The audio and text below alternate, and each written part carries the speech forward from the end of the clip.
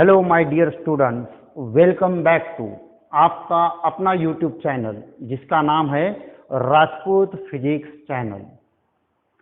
तो बच्चों, previous lecture में हमने जो कॉन्सेंट्रिक सर्कल का जो कॉन्सेप्ट पढ़ा था, उस कॉन्सेप्ट से लेकर कुछ बच्चों ने मुझे 2-3 सवाल भेजे हैं। अब उस कॉन्सेप्ट से लेकर जो भी सवाल बच्चों ने भेजे हैं उसके बारे में एक बार हम डिस्कस करेंगे, उसको एक बार हम क्लियर करेंगे, फिर हम अपना नेक्स्ट पार्ट देखेंगे। जैसे कि कॉन्सेंट्रिक सर्कल का कंसेप्ट क्या था, कि उस कंसेप्ट में मैंने आपको बताया था कि वहां पर two particles, there are two particles and that two particles are moving in two different concentric circle with different angular velocity। दो अलग अलग पार्टिकल दो अलग अलग कॉन्सेंट्रिक सर्कल में पर्टिकुलर एंगुलर वेलोसिटी के साथ घूम रहे हैं। So here we will consider O is the center of that two circles. Here we have considered the radius of first circle, which is denoted by R1, and here radius of second circle, which is denoted by R2. The velocity of first particle along this circle, उसको हमने denote किया था omega 1 से, और second particle जिसकी velocity हमने second circle पर consider की थी, जिसका मैग्नीट्यूड हमने कंसीडर किया था ओमेगा 2। अब हमारा कंसेप्ट क्या था कि अगर two particles which are moving on the same और different concentric circle with different angular velocity, whether that particles are moving in the same direction or opposite direction, and observer is at point O। Observer कहां था हमारा? Point O पर था। मान लो this is the position A and this is the position B। तो हमने कल के कॉन्सेप्ट में क्या देखा था? हमने रिलेटिव वेलोसिटी का मैग्नीट्यूड ऑब्टेन किया था। Relative velocity of B with respect to relative velocity of A when observer. यहां पर एक बहुत इंपॉर्टेंट बात आपको याद रखना है, ऑब्जर्वर जो था हमारा वो कहां पर था? सेंटर ऑफ सर्कल पर था। अगर कंडीशन ऐसी है हमारे पास, तो यहां पर अगर that two particles are moving in the same direction, that two particles are moving in the same direction, then relative velocity, that is the relative angular velocity, is given by omega relative is equal to omega 2 minus omega 1। और इसका time period भी हमने निकाला था। That time period t is equal to, हमारा formula था वहां पर t1 t2 divided by t1 minus t2, where t1 is the time period of first particle and t2 is the time period of second particle। इस condition को हमने कहां पर देखा था? when that two particles are in the same direction and observer is at point O। it means that observer is at the center। Second, अगर opposite direction है, यहां पर मैं उसका भी फॉर्मूला एक बार रिपीट कर देता हूं। अपोजिट डिरेक्शन, अगर हमारी डिरेक्शन अपोजिट है तो यहां पर हमने क्या फॉर्मूला कंसीडर किया था? Omega relative is equal to omega 1 plus omega 2। ठीक है। अब यहाँ पर टाइम पीरियड का फॉर्मूला था t is equal to T1 T2 divided by T1 minus T2। ये हमारा कल का कॉन्सेप्ट था। अब मुझे जो सवाल आया है उसमें का फर्स्ट सवाल मैं आपको बताता हूं। कुछ बच्चों ने ऐसा पूछा है, सर आपने ये तो बता दिया कि ऑब्जर्वर पॉइंट O पर है, यहां पर सेम डायरेक्शन है, यहां पर अपोजिट डायरेक्शन है, लेकिन सपोज दैट ऑब्जर्वर, जो भी हमारा ऑब्जर्वर है वो एक तो पॉइंट A पर है या फिर पॉइंट B पर है। क्या कंसीडर करेंगे हम? The observer is at point A or is at point B, then what will happen? यहां पर क्या होगा अगर हम ऑब्जर्वर को पॉइंट A या B पर कंसीडर करते हैं? तो बहुत ही सिंपल आंसर है बच्चों उसका, बहुत ही सिंपल। अब हम क्या करेंगे यहां पर भी कि velocity of B with respect to A निकालेंगे। क्या कंसीडर करेंगे हम? Velocity of B with respect to A consider करेंगे, और ऑब्जर्वर पॉइंट A या B पर कंसीडर करना है आपको। मैं यहां पर कंसीडर करता हूं observer is at point A। अब ऑब्जर्वर कहां पर है? Is at point A।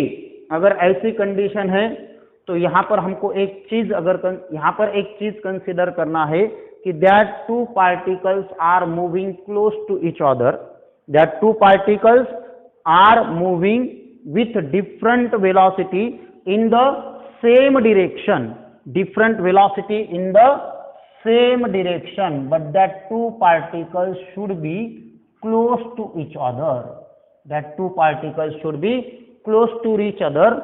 ऐसे कंडीशन में उस पार्टिकल की जो वेलोसिटी होगी वो पार्टिकल की पोजीशन और उनकी डायरेक्शन पर डिपेंड होगी, उनकी पोजीशन और डायरेक्शन पर डिपेंड होगी। यानी इसका मतलब क्या है बच्चों? हमें पता है कि रिलेशन हमने देखा है कि V is equal to R omega. हमें रिलेशन क्या पता है? V is equal to R omega. अब हमें यहां पर रिलेटिव एंगुलर वेलोसिटी निकालनी है, तो हम यहां पर कंसीडर कर सकते हैं omega is equal to V upon R, where V is the linear velocity and R is the radius of circle. Suppose हम यहां पर कंसीडर करेंगे V1,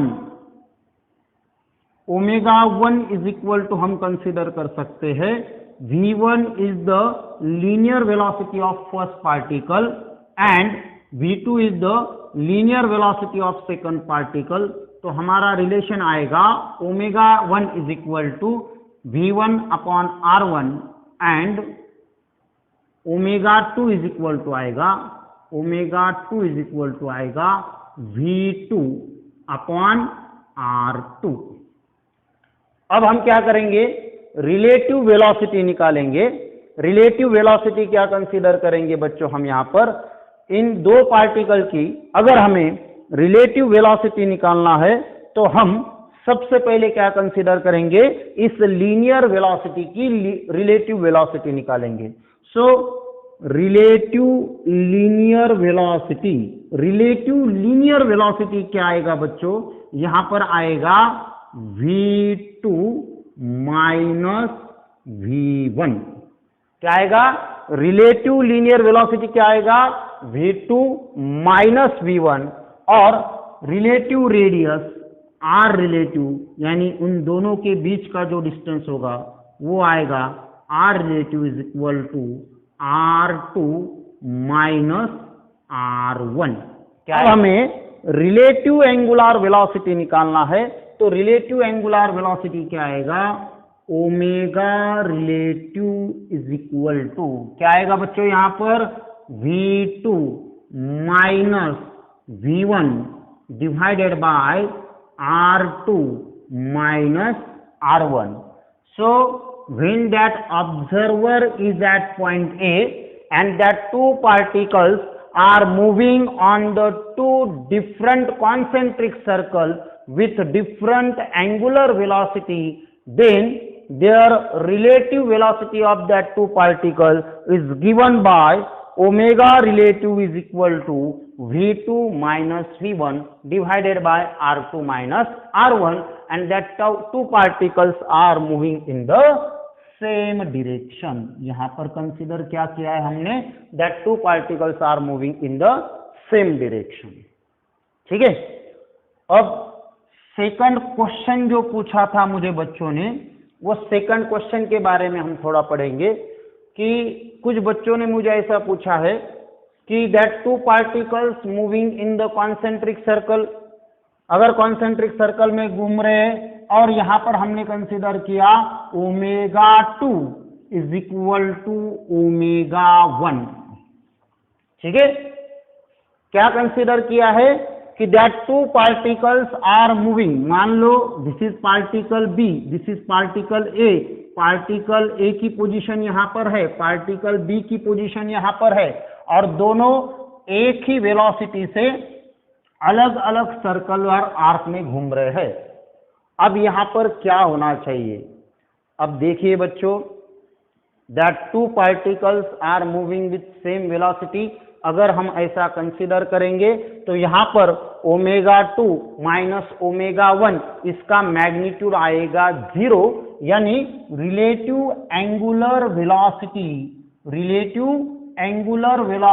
बिकम्स 0। अगर रिलेटिव एंगुलर वेलोसिटी 0 आएगी तो हमारा टाइम पीरियड जो होगा वो टाइम पीरियड हो जाएगा इंफिनिटी। टाइम पीरियड क्या हो जाएगा, इंफिनिटी। अगर यहां पर एंगुलर वेलोसिटी इक्वल है तो टाइम रिलेटिव वेलोसिटी 0 हो जाएगी और टाइम पीरियड इंफिनिटी हो जाएगा। इसका मतलब that two particles maintain their circular position, वो दोनों के दोनों पार्टिकल एक दूसरे के साथ उनकी पोजीशन मेंटेन ही करेंगे। जैसे कि बच्चों इसका बहुत ही सिंपल एग्जांपल मैं आपको बताता हूं। आपके घर में अलग अलग टीवी चैनल पर, ये अलग अलग टीवी चैनल पर हमारा क्रिकेट का मैच हो या अलग अलग कोई सीरियल हो या कोई प्रोग्राम हो, हम डेली देखते हैं। तो वहां पर क्या होता है बच्चों, जिस चैनल का कम्युनिकेशन होता है वो जियो स्टेशनरी सैटेलाइट की वजह से होता है। अब ये जियो स्टेशनरी सैटेलाइट क्या है, इसको डिटेल से हम ग्रेविटेशन में पढ़ चुके हैं या फिर और पढ़ेंगे। तो जियो स्टेशनरी सैटेलाइट मीन्स क्या होता है कि ऐसे सैटेलाइट जिनकी एंगुलर वेलोसिटी अर्थ के एंगुलर वेलोसिटी के इक्वल होती है, जिनकी एंगुलर वेलोसिटी अर्थ के एंगुलर वेलोसिटी के इक्वल होती है, तो ऐसे जो सैटेलाइट होते हैं वो जनरली जियो स्टेशनरी सैटेलाइट होते हैं। यानी क्या, अर्थ सर्कुलर आर्क में जिस स्पीड से घूमेगी उसी स्पीड से वो जियो स्टेशनरी सैटेलाइट घूमेगा। यानी with respect to earth that satellite will maintain its position, and with respect to geostationary satellite that earth will maintain its position. दोनों एक दूसरे के सामने ही होंगे, दोनों एक दूसरे के ही सामने होंगे, यानी दोनों की बीच की रिलेटिव वेलोसिटी कितनी होगी, 0 होगी, क्योंकि velocity of earth is equal to velocity of geostationary satellite. तो यहां पर ऐसा कंसेप्ट आपको याद रखना है। तो ये हुए जो 2-3 क्वेश्चन बच्चों ने पूछे थे, उनके बारे में मैंने एक्सप्लेनेशन आपको दे दिया। ठीक है, अब इस टॉपिक का नेक्स्ट पार्ट जो है वो नेक्स्ट पार्ट हम देखेंगे। अब तक हमने जो पढ़ा ये सभी के सभी पैरामीटर ऑफ सर्कुलर मोशन है, ये सभी के सभी क्या है, पैरामीटर ऑफ सर्कुलर मोशन है। अब यहाँ पर हम देखेंगे सर्कुलर मोशन जो होती है उसके 2 टाइप्स पढ़ते हैं। अब हम देखेंगे टाइप्स ऑफ सर्कुलर मोशन। क्या देखेंगे हम, टाइप्स ऑफ, मैं यहाँ पर हेडिंग दे देता हूं, टाइप्स ऑफ सर्कुलर मोशन। ये हमारा C.M. क्या है, सर्कुलर मोशन है, नहीं तो लिख देंगे चीफ मिनिस्टर, वैसा नहीं करना है आपको। इस सर्कुलर मोशन के 2 पार्ट पढ़ते हैं, यानी 2 पार्ट होते हैं। फर्स्ट पार्ट है सर्कुलर मोशन का, वो होता है यूनिफॉर्म सर्कुलर मोशन। मैं शॉर्टकट में लिख रहा हूं U for uniform circular motion and second part है non uniform circular motion. Non uniform circular motion, there are two parts of circular motion. First one is the uniform circular motion and second one is the non-uniform circular motion. तो uniform circular motion क्या होती है, non uniform circular motion क्या होती है, इसके बारे में अब हम पढ़ेंगे। ठीक है, तो यूनिफॉर्म सर्कुलर मोशन की डेफिनेशन हम देखेंगे। The motion of particle, UCM यानी यूनिफॉर्म सर्कुलर मोशन की डेफिनेशन बता रहा हूं। The motion of particle along the circumference of circle with constant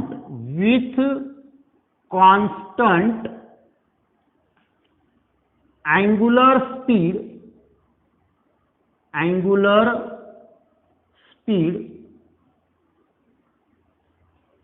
with constant angular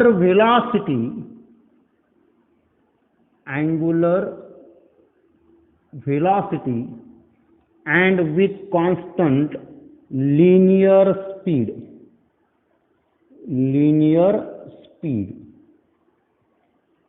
तो बच्चों देखो, यूसीएम की डेफिनेशन बता रहा हूं।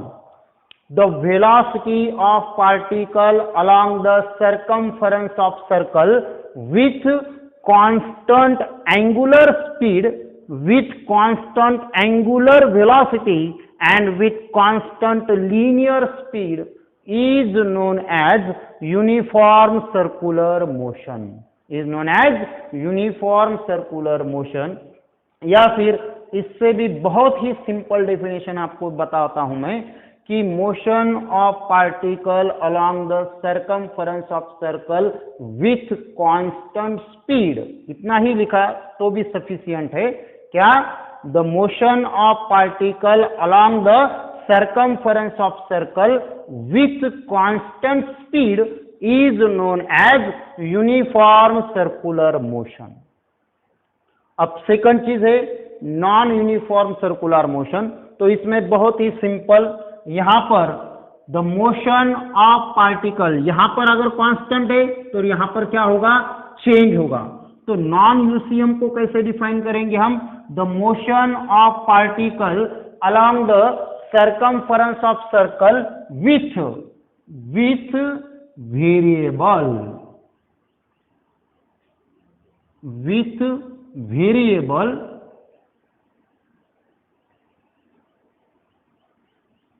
angular speed, with variable angular velocity and with variable linear speed and linear velocity. या फिर बहुत ही simple definition, the motion of particle along the circumference of circle with variable speed. With variable speed कहिए या फिर with variable velocity कहिए। तो non UCM को हम बाद में पढ़ेंगे। First we will discuss about the uniform circular motion. So basically uniform circular motion क्या है कि ऐसी मोशन कि जिसमें स्पीड ऑफ पार्टिकल कांस्टेंट होती है। यहां पे मैंने डिटेल में लिखा है कि एंगुलर स्पीड होती है, एंगुलर वेलोसिटी होती है, लीनियर स्पीड होती है। आप सभी को पता है कि स्पीड और वेलोसिटी में एक माइनर डिफरेंस है। जब भी हम स्पीड कंसीडर करेंगे तो we are talking about the magnitude only. कोई भी पार्टिकल की अगर हम स्पीड कंसीडर करते हैं तो हम वहां पर मैग्नीट्यूड ऑफ स्पीड की बात करते हैं, वहां पर उसकी डायरेक्शन की बात नहीं करते। व्हाई? बिकॉज स्पीड जो है हमारी, वो स्पीड कौन सी क्वांटिटी है? Speed is our scalar quantity. Speed कौन सी क्वांटिटी है? स्केलर क्वांटिटी है, स्केलर। लेकिन जब भी हम वेलोसिटी की बात करेंगे तो we are talking about the magnitude as well as direction.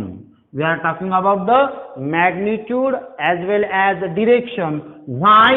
Because velocity is the vector quantity. Velocity कौन सी क्वांटिटी है? Vector quantity. अब यहां पर यूसीएम में मैंने आपको बताया है कि एंगुलर स्पीड कांस्टेंट होती है, एंगुलर वेलोसिटी कांस्टेंट होती है, लीनियर स्पीड कांस्टेंट होती है। What about the linear velocity? तो आपको याद रखना है, in UCM magnitude of linear velocity, मैं यहां पर लिख देता हूं कि in UCM magnitude, magnitude of linear velocity, magnitude of linear velocity यहां पर कांस्टेंट होता है। कैसा होता है? कांस्टेंट होता है। But direction of linear velocity, direction of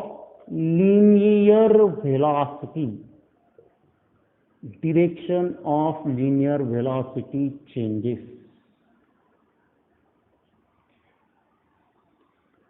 Direction of linear velocity changes. It means that in UCM only magnitude of linear velocity remains constant, but direction of linear velocity changes.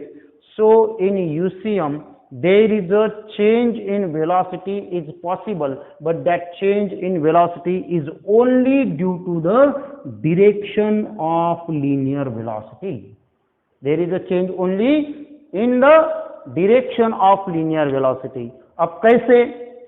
Suppose that particle performing uniform circular motion in anti-clockwise sense.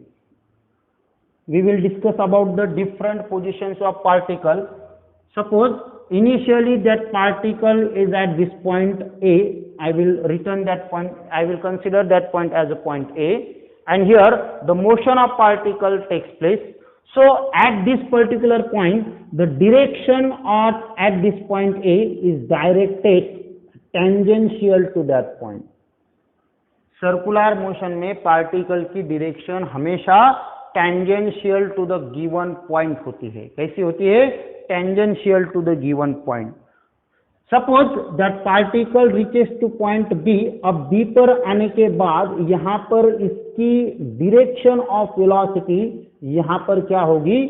Tangential to the given path. So this is the direction of velocity v bar. This is the direction of velocity v bar.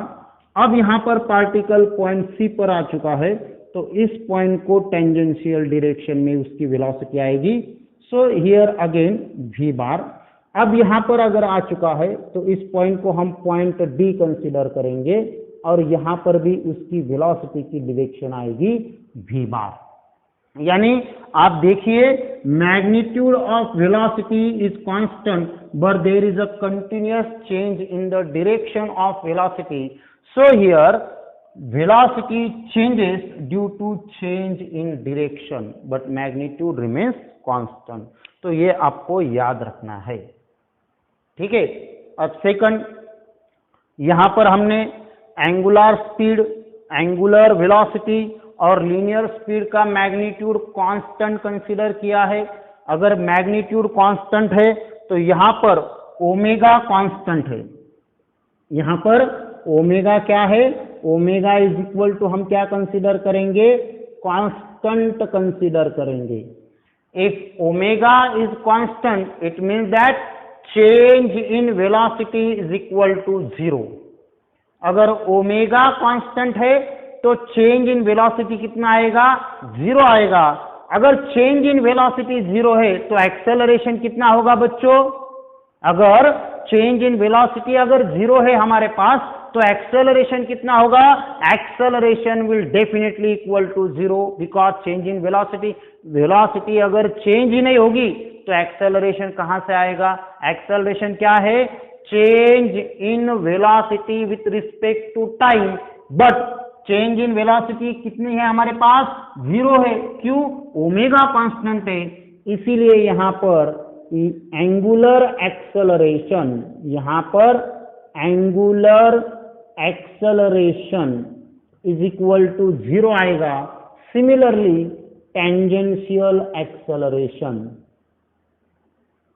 Tangential acceleration भी कितना आएगा? 0 आएगा। So in uniform circular motion angular acceleration and tangential acceleration is equal to 0 आएगा। After that what about the work done? What about the work done?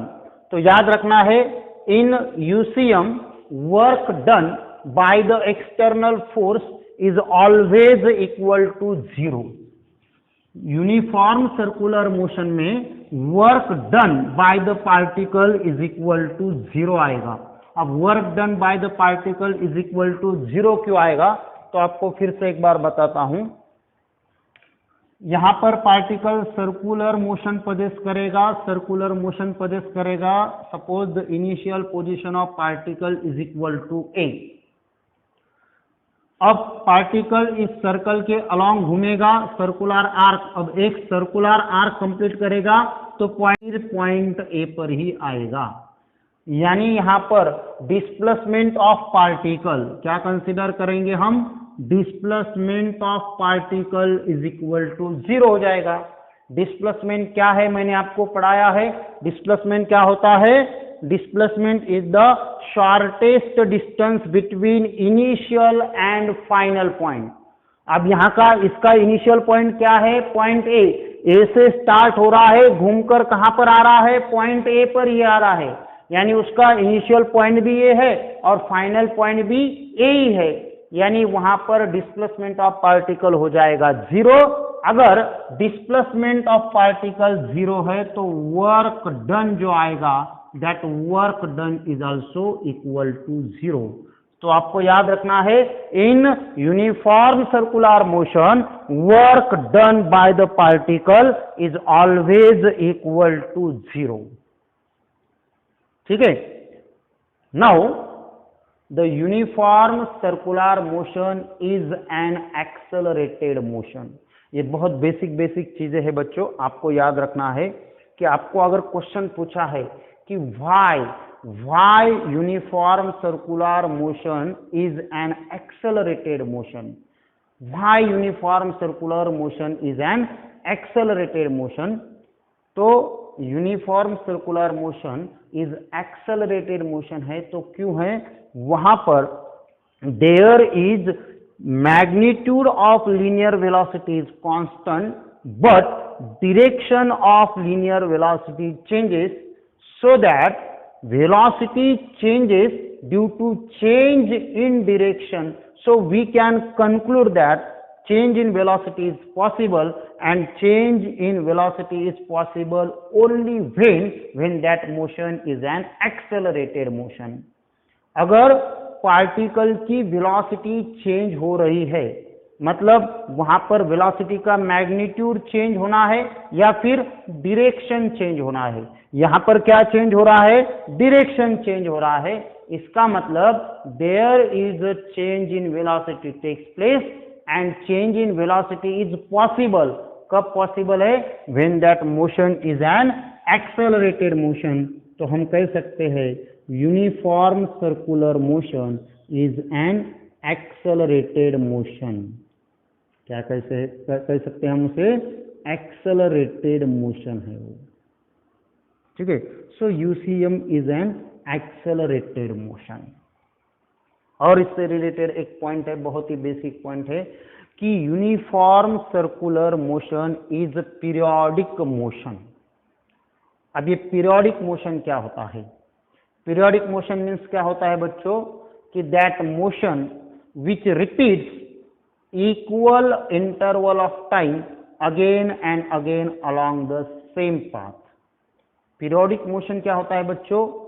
Along the same path, एक ही path के along एक ही motion repeat and repeat and repeat and repeat हो रही है, लेकिन repeat होने के लिए टाइम इंटरवल जो होगा वो कैसा होगा? इक्वल होगा। तो ऐसी मोशन को हम क्या कहेंगे? पीरियोडिक मोशन कहेंगे। तो हम यहां पर लिख सकते हैं UCM, UCM is the periodic motion. कौन सी मोशन कहेंगे हम उसे? Periodic motion. Why periodic motion? Because periodic motion की डेफिनेशन क्या है?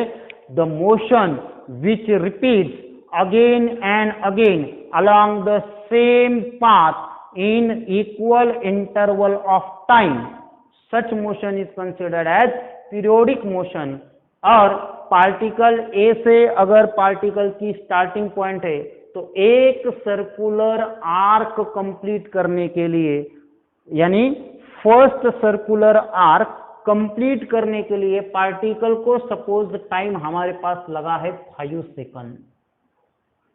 एक सर्कुलर आर्क कितने में कंसीडर किया उन्होंने? कितने टाइम में कवर किया? 5 सेकंड में। तो नेक्स्ट सर्कुलर आर्क भी क्या होगा? 5 सेकंड में कवर होगा। यानी एक सर्कुलर आर्क को कंप्लीट करने के लिए हर बार लगने वाला टाइम इंटरवल कैसा होगा? सेम होगा। यानी यहां पर एक ही मोशन रिपीट एंड रिपीट हो रही है after equal interval of time. So UCM is the periodic motion, ऐसा हम कहेंगे। ठीक है। उसके बाद बच्चों देखिए कि टाइम पीरियड क्या होता है। इस टाइम पीरियड का और एंगुलर वेलोसिटी का रिलेशन क्या है वो हमने देखा है। एंगुलर वेलोसिटी और फ्रीक्वेंसी का रिलेशन क्या होता है वो भी हमने देखा है। अब हम देखेंगे बच्चों कि टाइम पीरियड क्या होता है। तो टाइम पीरियड क्या होता है, फ्रीक्वेंसी क्या होती है, इस फ्रीक्वेंसी और टाइम पीरियड का क्या रिलेशन है, एंगुलर वेलोसिटी और लीनियर वेलोसिटी का फ्रीक्वेंसी के साथ क्या रिलेशन है, इन बेसिक चीजों के बारे में भी एक बार हम पढ़ लेंगे। तो टाइम पीरियड क्या होता है? The time period is nothing but it is the time taken by particle to complete the one revolution. Time period क्या होता है? The time taken by particle to complete one revolution is known as period of revolution, is known as period of revolution। यानी एक circular arc complete करने के लिए जितना time लगेगा उसे हम कहेंगे टाइम पीरियड। जैसे कि एग्जांपल आपको दिखाता हूं, हमारे घर में जो वॉच होती है या हमारे हाथ में जो वॉच होती है, वहां पर उसका सेकंड हैंड का टाइम पीरियड आप देखिए। सेकंड हैंड को एक कंप्लीट सर्कुलर मोशन कंप्लीट करने के लिए हमेशा 60 सेकंड ही लगते हैं। अगर वो वॉच हमारी बराबर है, यानी वॉच हमारी बराबर है, यानी वो टाइम पीरियड अगर सही दिखाती होगी तो उस वॉच को एक सर्कुलर आर्क कंप्लीट करने के लिए 60 सेकंड, यानी किसे सेकंड हैंड को एक सर्कुलर आर्क कंप्लीट करने के लिए कितना टाइम लगेगा? 60 सेकंड। हर बार एक आर्क कंप्लीट करने के लिए उसका टाइम कांस्टेंट होगा। तो ऐसा टाइम पीरियड उसको हम क्या कहेंगे? Period of revolution. सेकंड चीज है फ्रीक्वेंसी। फ्रीक्वेंसी क्या है? The number of revolution in 1 second. क्या होता है frequency? the number of revolution in 1 second or the number of revolution per unit time। एक यूनिट टाइम में या फिर एक सेकंड में कितने रिवॉल्यूशन कंप्लीट होते हैं उसे हम कहेंगे फ्रीक्वेंसी। देखिए टाइम पीरियड और फ्रीक्वेंसी का रिलेशन हमें देखना है। टाइम पीरियड और फ्रीक्वेंसी के रिलेशन में हमने क्या कंसीडर किया? टाइम पीरियड यानी क्या होता है? हमारा लगने वाला टाइम। क्या होता है? लगने वाला टाइम। और फ्रीक्वेंसी क्या होती है? Generally time period is denoted by T. Second क्या है हमारे पास? फ्रीक्वेंसी, जिसका डेफिनेशन मैंने अभी अभी आपको बताया है, frequency is generally denoted by N और न्यू, एन और न्यू। तो फ्रीक्वेंसी क्या है? Number of revolution in 1 second, number of revolution, यानी 1 सेकंड में कितने नंबर ऑफ रिवॉल्यूशन हो गए। सपोज यहां पर हम कंसीडर करेंगे कि एक रिवॉल्यूशन कंप्लीट करने के लिए, देखिए आप, एक रिवॉल्यूशन कंप्लीट करने के लिए 1 सेकंड लग रहा है। इस चीज को आप ध्यान में रखना, एक रिवॉल्यूशन कंप्लीट करने के लिए कितना सेकंड लग रहा है? 1 सेकंड। अब मान लो हम सेकंड कंडीशन ऐसी कंसीडर करेंगे कि 1 सेकंड में, अब यहां पर हम कंसीडर करेंगे इन 1 सेकंड देयर आर 2 रिवॉल्यूशन। ठीक है, फर्स्ट कंडीशन में क्या होता है? एक रिवॉल्यूशन कंप्लीट करने के लिए 1 सेकंड टाइम लग रहा है। अब यहां पर क्या हो रहा है? 1 सेकंड में 2 रिवॉल्यूशन कंप्लीट हो रहे हैं। अब 1 सेकंड में 2 रिवॉल्यूशन कंप्लीट हो रहे हैं, यानी एक रिवॉल्यूशन के लिए कितना टाइम लगेगा? यानी एक रिवॉल्यूशन के लिए यहां पर टाइम लगेगा 0.5 सेकंड। एक रिवॉल्यूशन कंप्लीट करने के लिए इस कंडीशन में कितना टाइम लगेगा? 0.5 सेकंड। और यहां पर एक रिवॉल्यूशन कंप्लीट करने के लिए कितना टाइम लगेगा?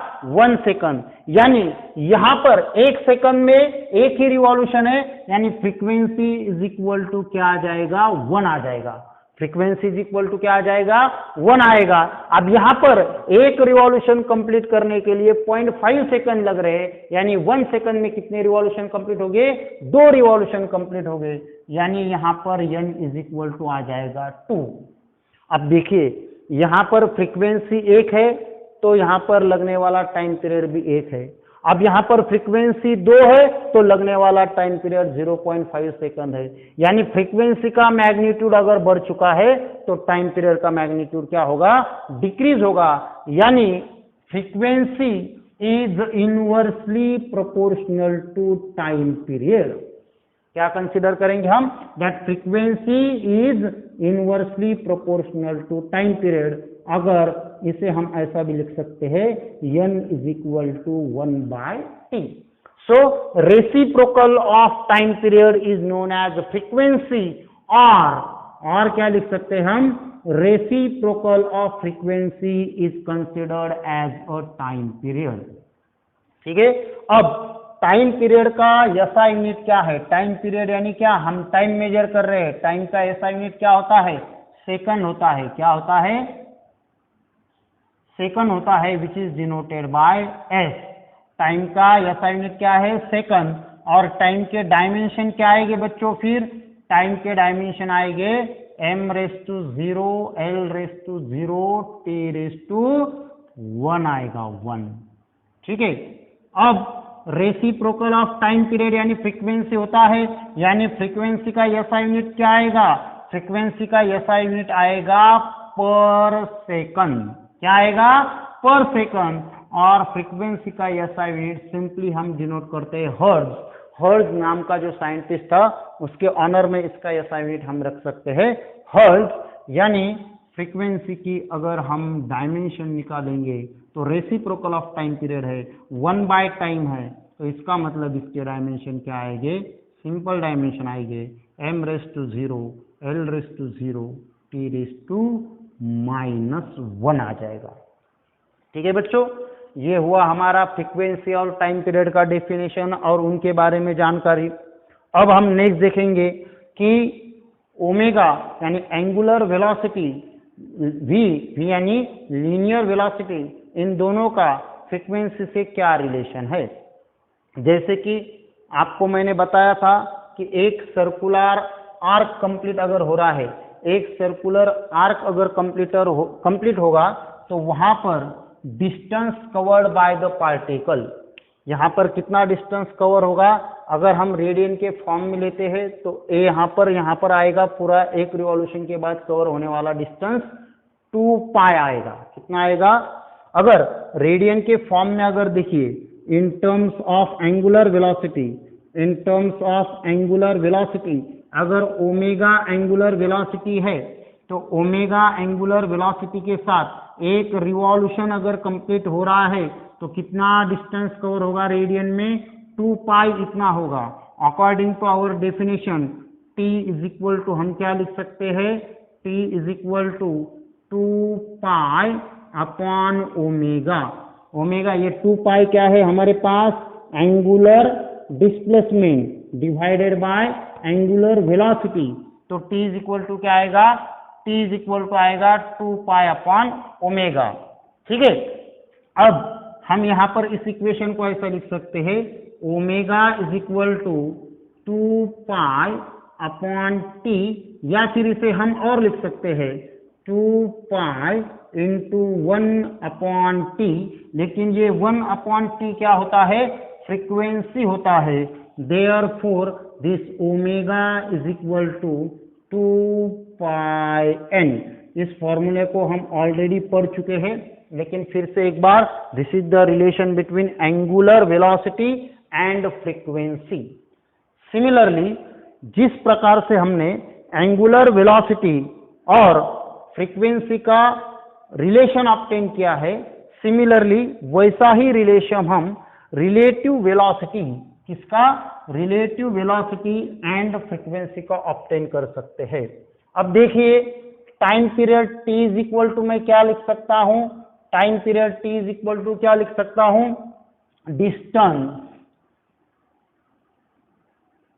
डिस्टेंस अपॉन वेलोसिटी, या फिर डिस्टेंस अपॉन स्पीड लिख सकता हूं। अब यहां पर देखिए एक सर्कुलर आर्क अगर कंप्लीट हो रहा है, कैसा, एक सर्कुलर आर्क अगर कंप्लीट हो रहा है तो यहां पर डिस्टेंस जो कवर होगा पार्टिकल का वो होगा सरकमफरेंस ऑफ सर्कल। कितना डिस्टेंस कवर होगा, सरकमफरेंस के इतना,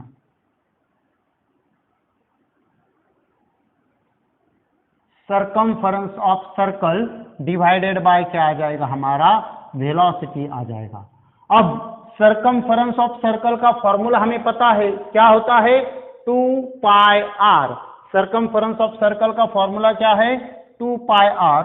तो हम यहां पर लिख सकते हैं circumference is equal to 2 pi R upon velocity. Velocity का मैग्नीट्यूड हम कंसीडर करेंगे v, यानी linear velocity is equal to हम लिखेंगे यहां पर, या फिर time period t is equal to हम लिखेंगे यहां पर t is equal to 2 pi R upon v। क्या लिख सकते हैं हम यहां पर, t is equal to 2 pi R upon v। अब यहां पर हम क्या कंसीडर कर सकते हैं, और इस इक्वेशन को अब हमें ये टाइम पीरियड और लीनियर वेलोसिटी का इक्वेशन मिल चुका है। जैसे हमने यहां पर लिखा है कि v is equal to R omega, v is equal to क्या लिख सकते हैं हम, R omega. Similarly omega is equal to क्या लिख सकते हैं, यहां पर हम क्या लिखेंगे, v is equal to R omega, यानी ओमेगा इज इक्वल टू मैं क्या लिख सकता हूं, v अपॉन आर। यहां पर v अपॉन आर अगर मैंने लिखा है तो ओमेगा इज इक्वल टू की जगह हम लिखेंगे v अपॉन आर। यहां पर मैं अगर लिखूंगा v upon R is equal to 2 pi N, तो यहां पर मुझे velocity v is equal to R into क्या मिलेगा, 2 पाई एन। सो ये क्या हुआ, यहां पर मैंने आपको बताया था एंगुलर वेलोसिटी और फ्रीक्वेंसी का रिलेशन, यहां पर मैंने आपको बताया है लीनियर वेलोसिटी एंड फ्रीक्वेंसी का रिवॉल्यूशन। यहां पर v इज इक्वल टू हम और एक बार लिख सकते हैं आर ओमेगा। अगर आर ओमेगा लिखा है तो R R will get cancel, t is equal to again हमें क्या मिलेगा, 2 पाई अपॉन ओमेगा। तो बच्चों ये बहुत ही सिंपल एस्पेक्ट है रिलेटेड टू सर्कुलर मोशन। अब इस सर्कुलर मोशन में अभी हमें आगे बहुत इंपॉर्टेंट पार्ट पढ़ना है, जो कि हमारे बोर्ड के लिए, नीट के लिए, जेई के लिए बहुत ही इंपॉर्टेंट है। वहां पर 2 बड़े बड़े डेरिवेशन हमें देखना है। वो बड़े बड़े डेरिवेशन क्या है और उन डेरिवेशन के बारे में हम नेक्स्ट लेक्चर में आप क्या करेंगे, पढ़ेंगे। ठीक है, तब तक के लिए have a good day, have a good time.